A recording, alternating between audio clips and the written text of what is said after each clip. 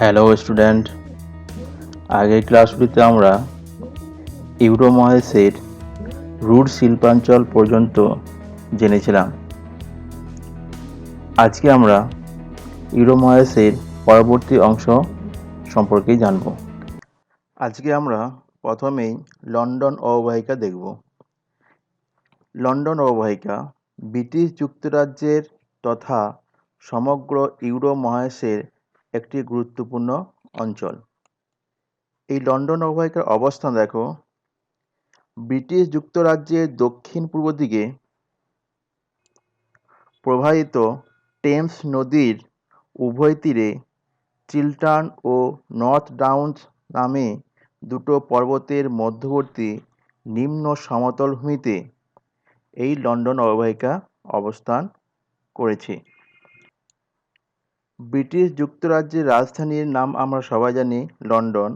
এই লন্ডন শহরটি এই অববাহিকায় অবস্থান করায় লন্ডন শহরের নাম অনুসারে এই অববাহিকার নামকরণ করা হয়েছে লন্ডন অববাহিকা। এই দেখো, ওয়ার্ল্ড ম্যাপে দেখো এই লন্ডন অববাহিকার অবস্থান। এই যে আমরা এই সার্কেল অংশটা দেখতে পাচ্ছি, এই অংশটা হচ্ছে ব্রিটিশ যুক্তরাজ্য। এখানে চলে এসো, এই অংশটা পুরোটা হচ্ছে ব্রিটিশ যুক্তরাজ্য। এটা এই ব্রিটিশ যুক্তরাজ্যের মধ্যে এই যে অংশটা দেখতে পাচ্ছি আমরা, এই আয়তাকার অংশটা, এই আয়তাকার অংশটা হলো লন্ডন অববাহিকা। এই অববাহিকার আয়তন হলো প্রায় ৭,৭৬০ বর্গ কিমি এবং এর আকৃতি অনেকটা মাটির সরার মতো বা মুখ খোলা বোতলের মতো। এই অববাহিকার প্রধান বিমানবন্দর হলো হিথ্রো বিমানবন্দর। এরপর দেখো লন্ডন অববাহিকার প্রাকৃতিক পরিবেশ। এই প্রাকৃতিক পরিবেশের মধ্যে আমরা প্রথমে দেখব লন্ডন অববাহিকার ভূপ্রকৃতি। এই লন্ডন অববাহিকার ঠিক মাঝ বরাবর পশ্চিম থেকে পূর্বে বয়ে চলেছে টেমস নদী।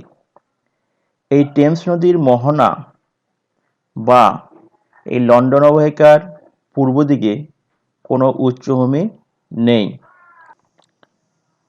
কিন্তু উৎস অঞ্চলে সাধারণত তিনটি উচ্চভূমি দেখা যায়। উত্তর দিকে চিল্টার্ন উচ্চভূমি, পশ্চিম দিকে হোয়াইট হর্স উচ্চভূমি এবং দক্ষিণ দিকে আছে নর্থ ডাউন্স উচ্চভূমি। বহু আগে এই উচ্চভূমির মধ্যবর্তী অংশ, অর্থাৎ বর্তমানে যেখানে লন্ডন অববাহিকা রয়েছে, এই অংশটা বসে গিয়ে নিম্নভূমির সৃষ্টি হয়।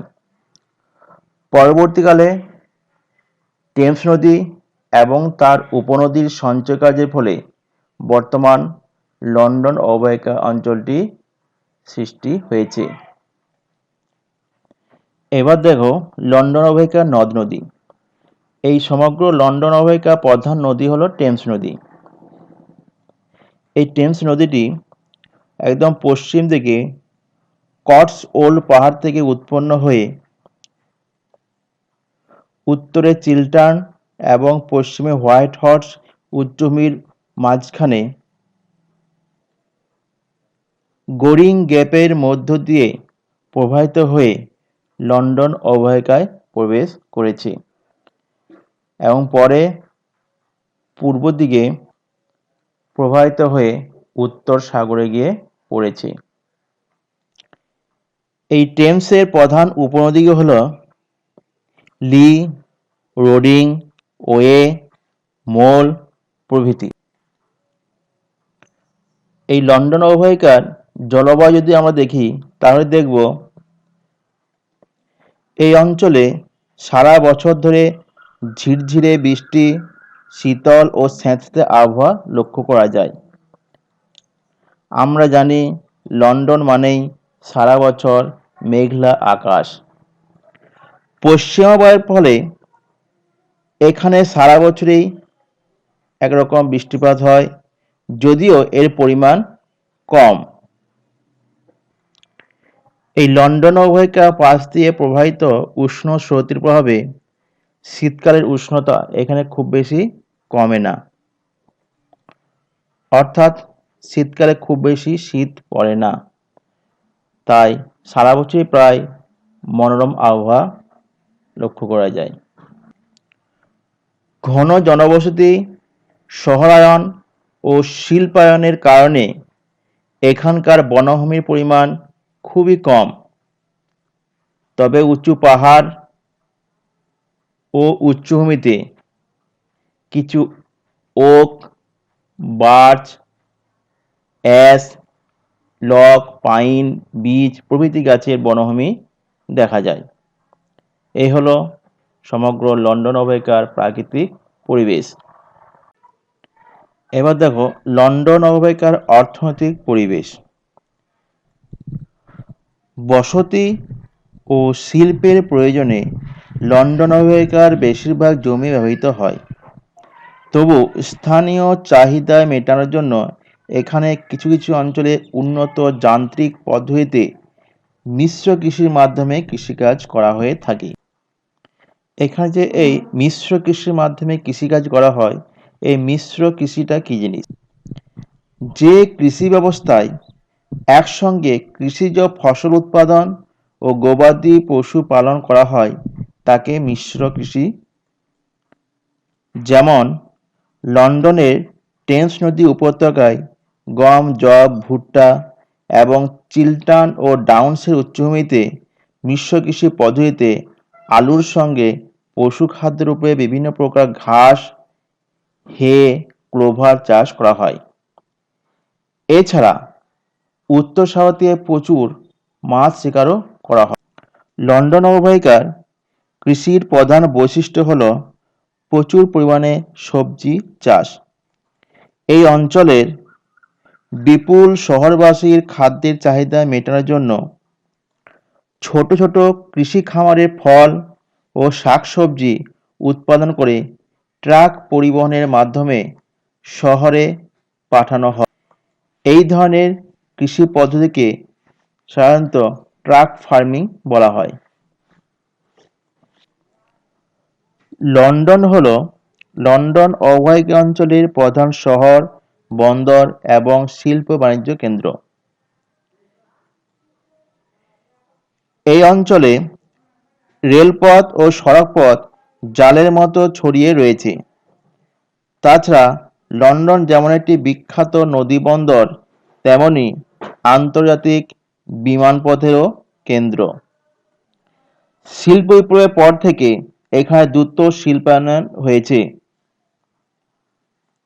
যেহেতু এই শহরটি একটি অর্থনৈতিক সমৃদ্ধিপূর্ণ শহর, তাই এই শহরে ঘন বসতিপূর্ণ অঞ্চলে পরিণত হয়েছে। মানুষের বাসস্থানের অভাব মেটাতে রেডিং, নিউবেরি, ক্রয়ডন প্রভৃতি অনেক শহর গড়ে উঠেছে। লন্ডন শহরটি হল পশম, চা, রবার ইত্যাদি পণ্যের একটি প্রধান বাণিজ্য কেন্দ্র। টেমস নদীর খাড়ি মুখে অবস্থিত লন্ডন বৃহত্তম পুনঃরপ্তানি বন্দর। এই লন্ডন বন্দরকে পুনঃরপ্তানি বন্দর বলা হয় কেন? তার কারণ হল, যখন একটি বন্দরের মাধ্যমে কিছু পণ্য আমদানি করে পণ্যগুলি পুনরায় ওই একই বন্দরের সাহায্যে বিদেশে রপ্তানি করা হয়, তখন তাকে পুনঃরপ্তানি বলা হয়।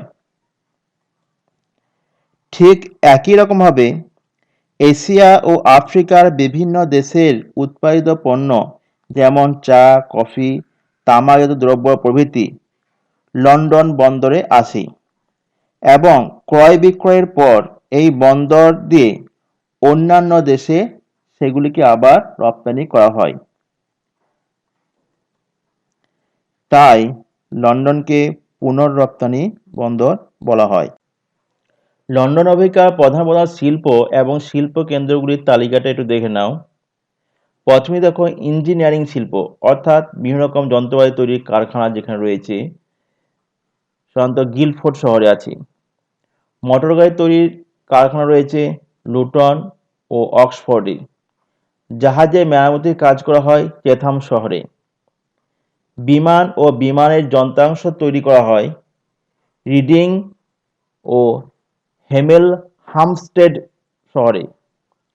বৈদ্যুতিক ও কৃষিযন্ত্র তৈরি হয় রেডিং ও নিউবেরি শহরে।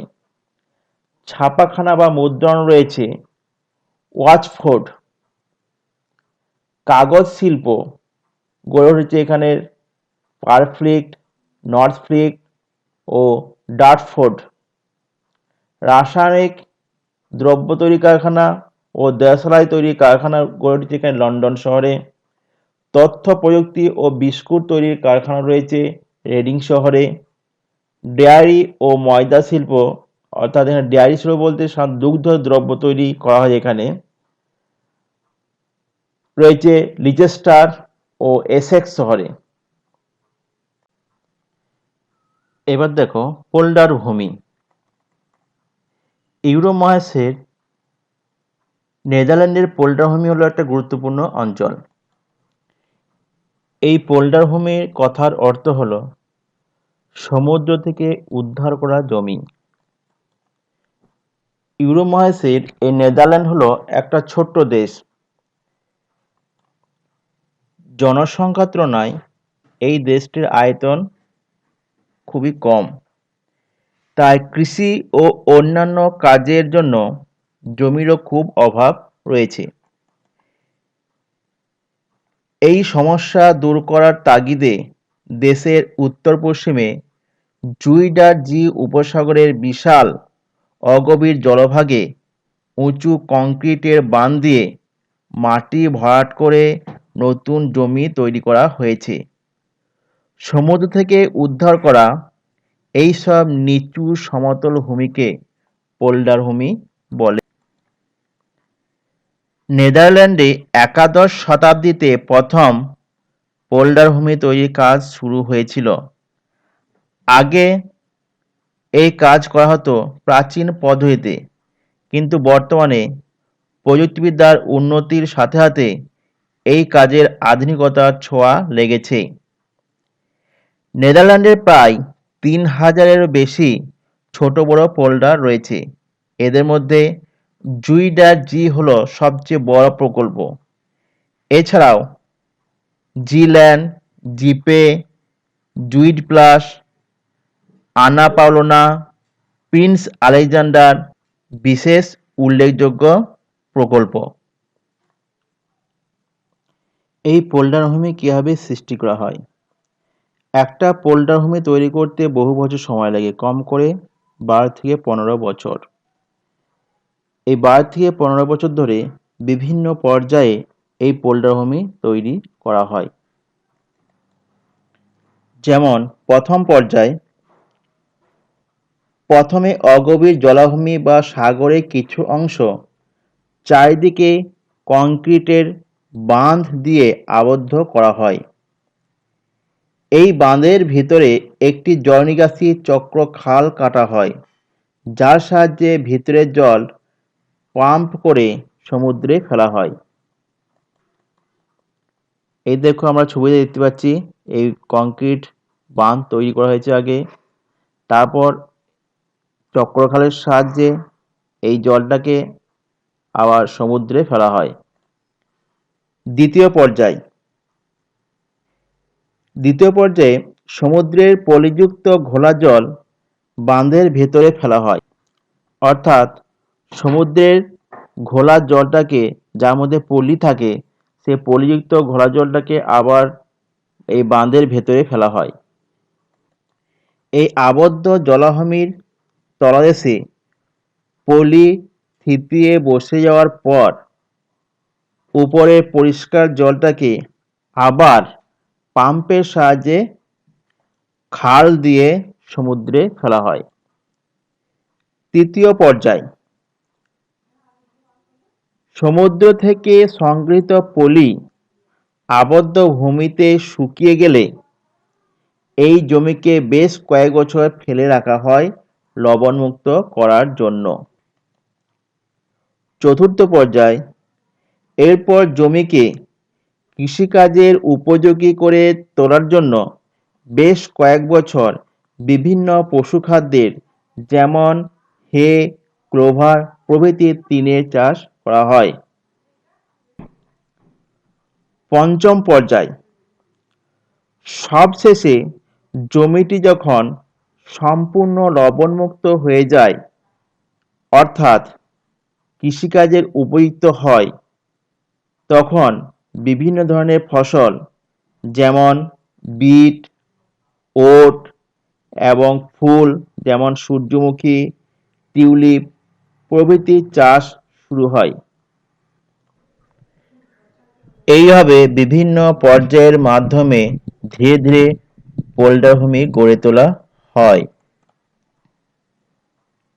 এবার দেখো পোল্ট্রি ভূমির প্রাকৃতিক পরিবেশ। প্রাকৃতিক পরিবেশের মধ্যে প্রথমে দেখো ভূপ্রকৃতি। নেদারল্যান্ডের পোল্ট্রি ভূমি হল সমুদ্র থেকে উদ্ধার করা নিম্ন সমতল ভূমি। নেদারল্যান্ডের প্রধানত আইসেল, মাস এবং রাইন নদীর মধ্যবর্তী বদ্বীপের নিচু অংশে পোল্ট্রি ভূমি গড়ে উঠেছে। ভূপ্রকৃতির পার্থক্য অনুসারে এই সমগ্র পোল্ট্রি ভূমিকে প্রধানত 5টা ভাগে ভাগ করা হয়েছে। প্রথমে দেখো উত্তর পশ্চিম পোল্ডার। দেখো এই অংশ হচ্ছে উত্তর পশ্চিম পোল্ডার, হচ্ছে উত্তর পূর্ব পোল্ডার, এই 2 নাম্বার হচ্ছে উত্তর পূর্ব পোল্ডার, হচ্ছে পূর্ব পোল্ডার, এই 3 নাম্বার এই অংশ হচ্ছে পূর্ব পোল্ডার, আর হচ্ছে পশ্চিম পোল্ডার, এই হলুদ অংশটা পশ্চিম পোল্ডার, আর এই 5 নাম্বার এই অংশটা হচ্ছে কি জুইড পোল্ডার। এই সমগ্র পোল্ডার অঞ্চলকে আবার ভূমির ব্যবহার অনুযায়ী 3 ভাগে ভাগ করা হয়, যথা উত্তর ও উত্তর পূর্বে গ্রোনিংয়েন, ফ্রিজল্যান্ড ও ওভারিসেল, পশ্চিম ও মধ্যভাগে নুডহল্যান্ড ও ডটরেস্ট এবং দক্ষিণে জুইড হল্যান্ড।